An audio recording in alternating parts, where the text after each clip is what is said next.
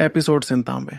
उस मानव दिव्य कोर क्षेत्र की चोटी वाले फनिंद्र नाचन को याद करके रेयांश का दिल थोड़ा सहम गया। कल्पना चौधरी उसे जबरदस्ती मुसीबत में धकेल रही थी। एक छोटी सी गलती और रेयांश रसातल में गिर जाएगा।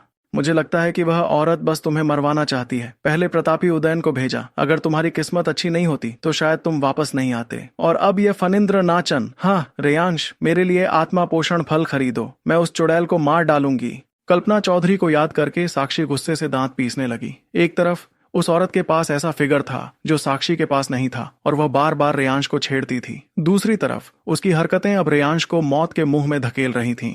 मेरी उससे कोई दुश्मनी नहीं है, फिर वह मेरे साथ ऐसा क्यों कर रही है? रेयांश को समझ नहीं आ रहा था। कल्पना चौधरी ने जानबूझकर प्रतापी उदयन की बात फनिंद्र नाचन को बताई थी। जाहिर है वह चाहती थी कि फनिंद्र नाचन रेयांश को मार दे।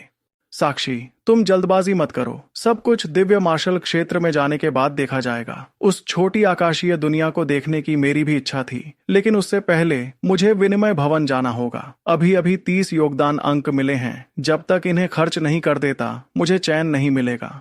ठीक है, ही चलो देखते हैं वहां क्या अच्छी चीजें हैं। तुम्हें मेरे लिए कुछ खरीदना होगा।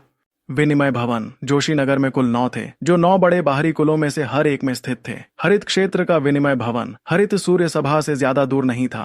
हालांकि जोशी परिवार में बहुत लोग थे, लेकिन जोशी नगर उससे भी कहीं ज्यादा विशाल था। चूंकि अभी सुबह का समय था, इसलिए रेयांश को रास्ते में ज्यादा लोग नहीं मिले। जोशी परिवार में हर जगह शक्तिशाली योद्धा भरे पड़े थे। यहाँ तक कि हरित विलो निवास में भी रेयांश को इतनी कड़ी प्रतिस्पर्धा का सामना करना पड़ा था, तो बाहर की दुनिया की तो बात ही छोड़िए। इस समय रेयांश बिल्कुल किसी ड्रैगननस क्षेत्र के आम योद्धा की तरह खुद को साधारण दिखाते हुए विनिमय भवन की दिशा में आगे बढ़ रहा था। जैसे जैसे वह विनिमय भवन के करीब पहुंच रहा था, उसे और ज्यादा लोग मिलने लगे, जिनमें से कई युवा शक्तिशाली योद्धा भी शामिल थे। हरित कुल में मानव दिव्य कोर क्षेत्र के योद्धा कुत्तों की तरह हर जगह भरे पड़े थे, जबकि पृथ्वी दिव्य कोर क्षेत्र के योद्धा थोड़े दुर्लभ थे। जहां तक आकाश दिव्य कोर क्षेत्र की बात है, रेयांश ने अभी तक ऐसा कोई योद्धा नहीं देखा था। सच कहा जाए तो हरित कुल में वह अब तक जिस सबसे शक्तिशाली व्यक्ति से मिला था वह कल्पना थी। हरित कुल का यह विनिमय भवन पूर्व सूर्यकांत क्षेत्र में स्थित प्रभात व्यापार संघ की उस छोटी शाखा से कहीं ज्यादा बड़ा था। इसमें कुल 3 विशाल मंजिलें थीं। रेयांश को पता चला कि अपनी मौजूदा पहचान और ताकत के साथ वह ऊपर की 2 मंजिलों में बिल्कुल भी प्रवेश नहीं कर सकता था, लेकिन केवल पहली मंजिल पर ही रेयांश को अपनी जरूरत की हर चीज मिल गई।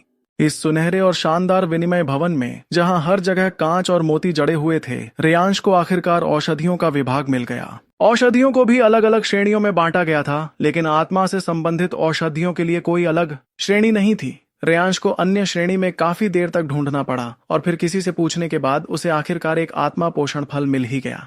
कीमत देखकर रेयांश ने राहत की सांस ली। आत्मा पोषण फल की कीमत 9 योगदान अंक थी। सौदा पूरा करने और आत्मा पोषण फल को अपनी आकाशीय थैली में रखने के बाद रेयांश ने वहां रिकॉर्ड रखने वाले सदस्य से पूछा, क्या यहाँ आत्मा पोषण फल जैसी और भी दवाइयां उपलब्ध हैं?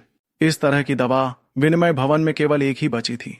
आज ये फल तुम ले जा रहे हो, अब लगभग 2 से 3 दिन इंतजार करना होगा, तभी नया आत्मा पोषण फल आएगा। रेयांश ने सिर हिलाया। अब उसके पास 2-3 दिन बाद आकर लेने के अलावा कोई चारा नहीं था। बाहर की दुनिया में आत्मा पोषण फल के लिए 100 दिव्य जेड खर्च करने पड़ते हैं, जबकि यहाँ सिर्फ 9 योगदान अंक लगते हैं। मुझे एक मिशन से 300 से ज्यादा दिव्य जेड के बराबर मूल्य मिला। नहीं, मैं तो बस एक नया सदस्य हूँ और मैंने केवल एक तीसरे स्तर के कार्य में सहायता की थी। इतना बड़ा इनाम नहीं मिल सकता। लगता है कल्पना ने मुझे अपनी तरफ से कुछ ज्यादा दे दिया। रेयांश के दिमाग में ये विचार चल ही रहे थे, जबकि साक्षी अभी भी एक और आत्मा पोषण फल मिलने की खुशी में डूबी हुई थी। रेयांश की बातें सुनकर उसे समझ आया कि रेयांश शायद अपने पूरे 30 योगदान अंक आत्मा पोषण फल में ही खर्च करने वाला है। वह मन ही मन भावुक हो गई, लेकिन उसे बुरा भी लगा। वह चिल्लाई, अरे मेरे लिए यह एक ही काफी है, बाकी बचे अंकों से तुम अपने लिए कुछ ले लो। रुको, मैं तुम्हारे लिए ढूंढती हूँ, देखती हूँ यहाँ क्या अच्छी चीजें हैं। रहने दो, मुझे किसी चीज की कमी नहीं है, लेकिन यह आत्मा वाली दवा तुम्हारी जान बचा सकती है। मुझे यह ज्यादा से ज्यादा चाहिए। साक्षी ने जिद करते हुए कहा, नहीं, अगर तुम मुझे दोगे तो भी मैं नहीं लूंगी। अब मैं तुम्हारे लिए कुछ अच्छा ढूंढूंगी। मेरी नजरें बहुत तेज हैं। रेयांश का उस पर कोई जोर नहीं चलता था, इसलिए उसे मजबूरन विनिमय भवन में यूं ही भटकना पड़ा। असल में दवाइयां तो साक्षी ढूंढ रही थीं। अब कुत्ते की नाक अपना काम दिखाएगी। हाँ, बदमाश, एहसान फरामोश कहीं के, मैं तुम्हारे लिए।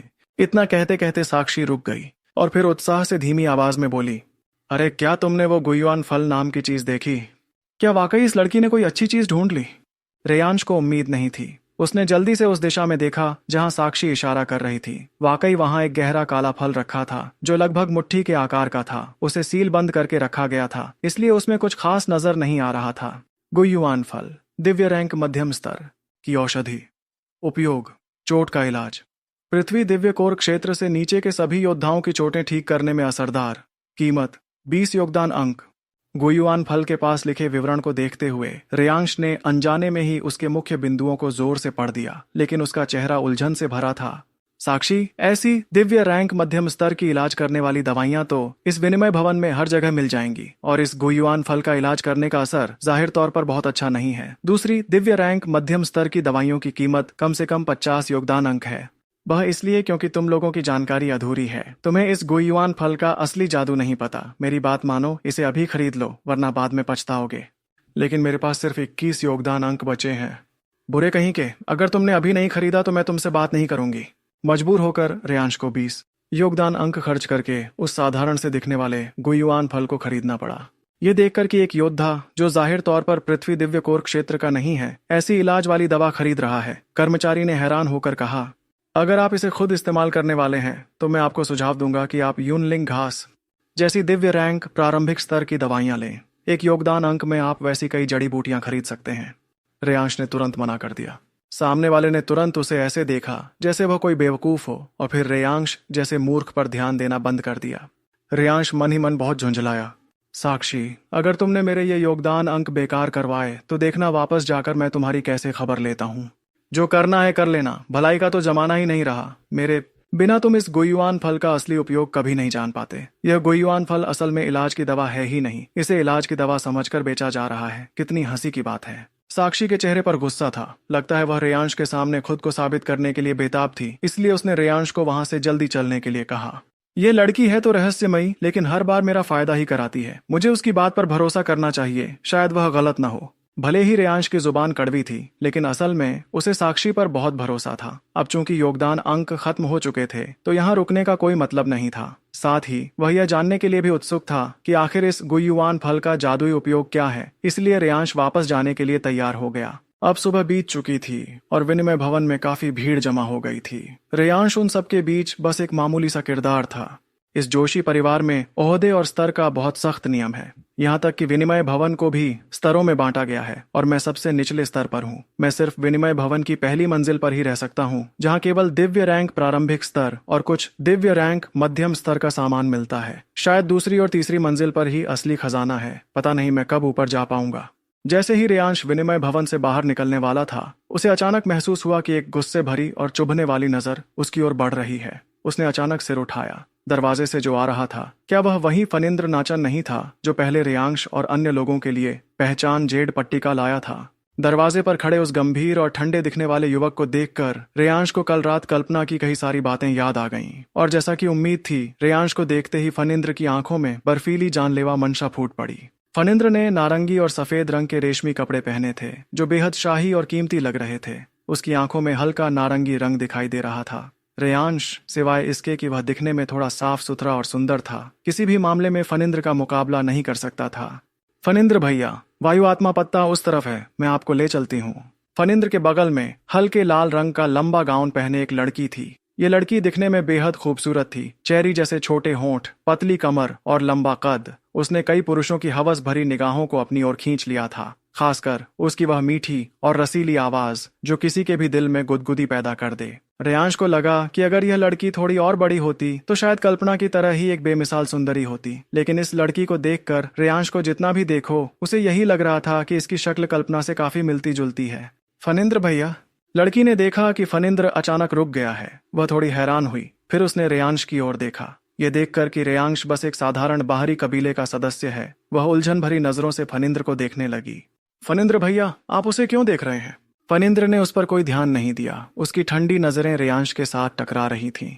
जब उस लड़की ने देखा कि रेयांश ने फणींद्र का ध्यान अपनी ओर खींच लिया है तो उसके चेहरे पर तुरंत गुस्सा आ गया। रेयांश को देखने वाली उसकी नजरें भी और ज्यादा ठंडी होती गईं। इस समय फणींद्र चलकर रेयांश के सामने 2 मीटर की दूरी पर आ गया और रुक गया। वह रेयांश को ठंडी नजरों से घूर रहा था। आसपास के लोग चौंक गए। उन्होंने भांप लिया कि इनके बीच कुछ तो अनबन है, इसीलिए वे तमाशबीन बनकर देखने लगे और फुसफुसाने लगे।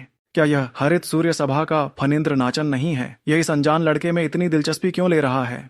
हमें क्या पता। इस निडर लड़के को देखते हुए फणींद्र के चेहरे पर पूरी तरह से बेरुखी छाई हुई थी। रेयांश उसके शरीर से निकल रही उस बर्फीली जानलेवा मंशा को महसूस कर सकता था। मानव दिव्य कोर क्षेत्र की चोटी की आभा वाकई साधारण नहीं थी। रेयांश भले ही मानव दिव्य कोर क्षेत्र छोटी पूर्णता वाले प्रतापी उदयन को मार सकता था, लेकिन शायद इस मानव दिव्य कोर क्षेत्र की छोटी वाले फणींद्र के सामने उसका कोई बस नहीं चलेगा। तो तुम ही रेयांश चैन हो? फणींद्र के मुंह से एक फीकी सी आवाज निकली। रेयांश चैन? पास खड़ी लड़की ने यह नाम कभी नहीं सुना था, लेकिन जब उसने देखा कि फणींद्र रेयांश चैन के प्रति दुश्मनी से भरा है तो उसे भी अच्छा नहीं लगा। वह बोली, ए लड़के, मेरे फणींद्र भैया तुमसे कुछ पूछ रहे हैं, जल्दी जवाब दो वरना तुम्हारे लिए अच्छा नहीं होगा। यह कहकर उसने फणींद्र को खुश करने वाली नजरों से देखा, लेकिन जब उसने देखा कि फणींद्र अभी भी ठंडा बना हुआ है और उसने उसे भाव नहीं दिया तो उसने अपना सारा गुस्सा रेयांश पर निकाल दिया। अपनी बड़ी बड़ी आंखों से वह रेयांश को घूरने लगी, जिनमें अब हत्या का इरादा चमक रहा था। रेयांश का नाम सुनकर हरित सूर्य सभा के एक योद्धा को याद आया। उसने धीमी आवाज में अपने साथी से कहा, यह रेयांश चैन इस बार हमारी हरित सूर्य सभा में शामिल हुए नए सदस्यों में सबसे ज्यादा क्षमता वाला है। कुछ दिन पहले यह प्रतापी उदयन और कुणाल सिन्हा के साथ एक मिशन पर गया था। सुना है प्रतापी उदयन गायब हो गया है और यह जीनियस फणींद्र अब रेयांश को निशाना बना रहा है। क्या इसका मतलब यह है कि प्रतापी उदयन के गायब होने का इस रेयांश चैन से कोई लेना देना है? हो सकता है। मैंने सुना है कि कबीले में प्रवेश के चयन के दौरान एपिसोड 98 रेयांश चैन ने प्रतापी उदयन के भाई को घायल कर दिया था। दूसरे हरित सूर्य सभा के योद्धा ने कहा। उनकी बातें धीरे धीरे भीड़ में फैलने लगीं और जल्द ही सबको पता चल गया कि हरित सूर्य सभा में रेयांश चैन नाम का एक व्यक्ति भी है।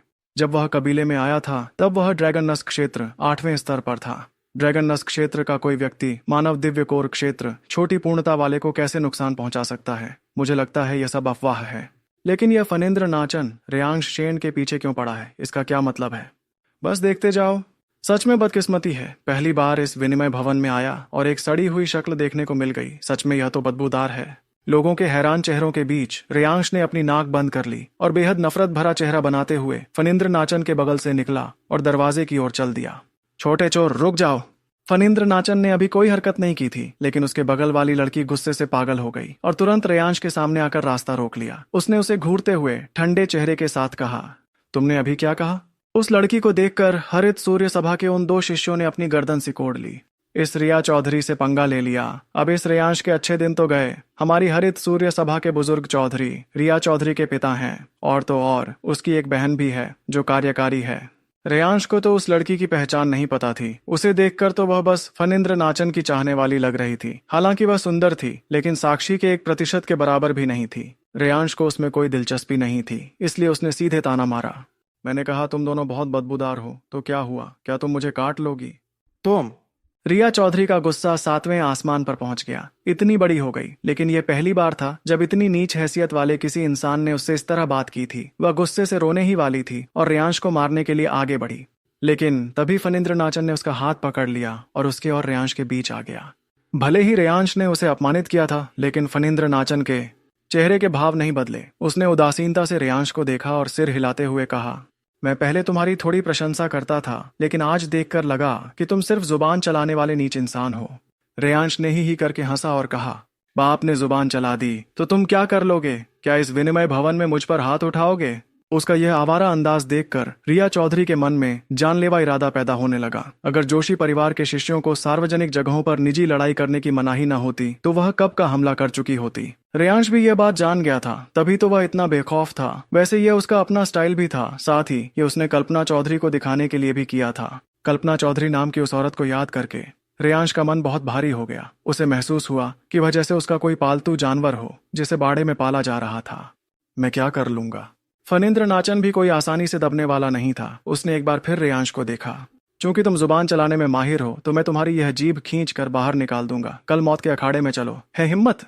मौत का अखाड़ा शब्द सुनते ही आसपास के लोगों में चर्चा शुरू हो गई। जोशी परिवार के लोग भले ही सार्वजनिक जगहों पर निजी लड़ाई नहीं कर सकते थे, लेकिन अगर कोई दुश्मनी हो और दोनों पक्ष राजी हों तो वे मौत के अखाड़े में जा सकते थे। वहां जिंदगी और मौत की कोई परवाह नहीं होती थी। लगता है फणींद्र नाचन के मन में रेयांश के लिए जानलेवा इरादा आ गया है। क्या रेयांश शेन राजी होगा? जाहिर है नहीं, जब तक कि वह कोई जल्दबाज बेवकूफ ना हो। फणींद्र नाचन के साथ मौत के अखाड़े में लड़ना मतलब खुद मौत को दावत देना है। मौत का अखाड़ा शब्द सुनकर रेयांश को भी कुछ जानकारी थी। इस वक्त फणींद्र नाचन की नजरें एक तेज तलवार बन गई थीं, जो सीधे रेयांश को चुभ रही थीं। रेयांश ने ठंडी हंसी हंसी सीधे फणींद्र नाचन के बगल से निकल गया और फिर चिढ़ाने के अंदाज में रिया चौधरी को मुंह चिढ़ाया और फिर शान से वहां से चला गया। कुछ नहीं बोला तो क्या यह रजामंदी है? लोगों के मन में भी तकरीबन यही विचार था।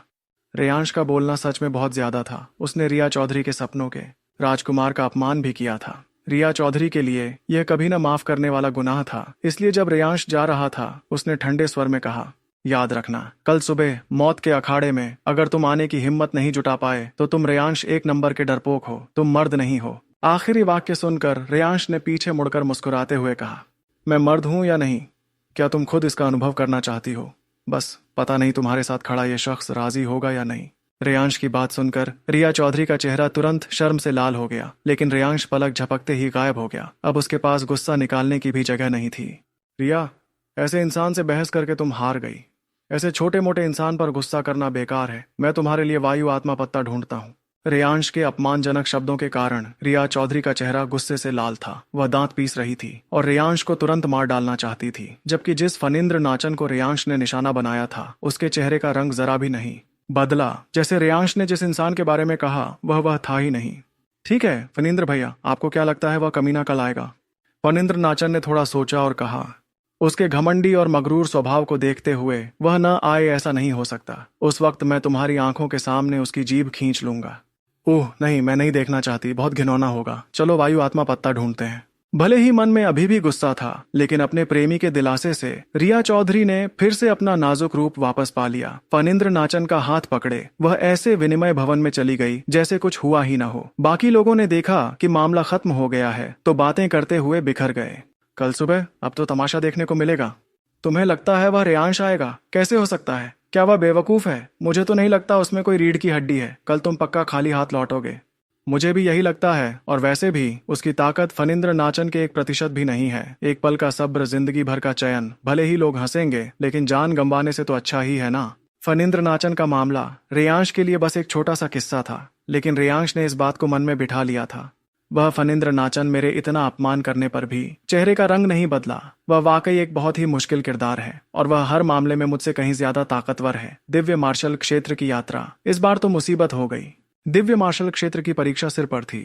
रेयांश जानता था कि उसकी ताकत कम है, इसलिए उसने मन लगाकर अभ्यास करने का फैसला किया। रही बात फणींद्र नाचन की शर्त की, उसे उसकी कोई परवाह नहीं थी। रेयांश भले ही कभी कभी आवेगी हो जाता था, लेकिन वह बिना दिमाग वाला इंसान नहीं था। सुअर बनकर शेर का शिकार करना यही असली रास्ता था।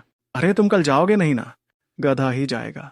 लेकिन साक्षी रेयांश की आंखों के सामने इधर उधर डोल रही थी। भौहें सिकोड़ कर रेयांश को देखते हुए बोली, क्या तुम्हें डर नहीं लगता कि लोग तुम्हें नीची नजर से देखेंगे, कि लोग सोचेंगे तुम मर्द नहीं हो? तुम्हें खाक पता है, मर्द हूं या नहीं ये तो बिस्तर पर पता चलता है। रेयांश की इतनी सीधी बात सुनकर साक्षी भी उसे झेल नहीं पा रही थी। उसने गुस्से से रेयांश को देखा और फिर बोली, जल्दी बेवकूफ, मुझे आत्मा पोषण फल दो, मुझे भूख लगी है। रेयांश ने आत्मा पोषण फल निकाला और साथ ही वह गुयुआन फल भी निकाला, जिसे उसने लगभग 20 योगदान अंक खर्च करके खरीदा था। इस गुयुआन फल को देखकर रेयांश को बहुत दर्द हुआ। ये जानना चाहिए कि उसने बड़ी मुश्किल से संरक्षक रमेश और प्रतापी उदयन को मारा था, तब जाकर कुल मिलाकर 100 से ज्यादा दिव्य जेड मिले थे, और इस बेकार से फल ने 200 दिव्य जेड खर्च करवा दिए। जब साक्षी ने बड़े उत्साह के साथ उन नए मिले आत्मा पोषण फलों को पूरी तरह सोख लिया, तो रेयांश ने गुयुआन फल साक्षी के सामने बढ़ाया और बेसब्री से पूछा, अब तुम मुझे बताओ, इस बेवकूफी भरे फल का आखिर क्या काम है? तुम बेवकूफी भरे हो। साक्षी ने उसे आंखें दिखाईं और फिर उसका छोटा सा शरीर गुयुआन फल पर उतर आया। एक गंभीर छोटी बड़ी औरत का नाटक करते हुए बोली, गुयुआन फल असल में इलाज करने वाले फलों की श्रेणी में नहीं आता, बल्कि यह आसमान और जमीन से पैदा हुई एक अजीब चीज है। असल में इसका कोई रैंक नहीं होता। इतना जबरदस्त! इस काले से फल को देखकर रेयांश सच में कोई फर्क नहीं कर पा रहा था। आखिर मामला क्या है? जल्दी से मुझे एक एक करके बताओ, पहेलियां मत बुझाओ। जल्दी क्या है, जल्दबाजी में गर्म टोफू नहीं खाया जाता। साक्षी ने देखा कि रेयांश को उसकी जरूरत है, तो वह मन ही मन खुश हुई और जानबूझकर बोलने की रफ्तार धीमी कर दी।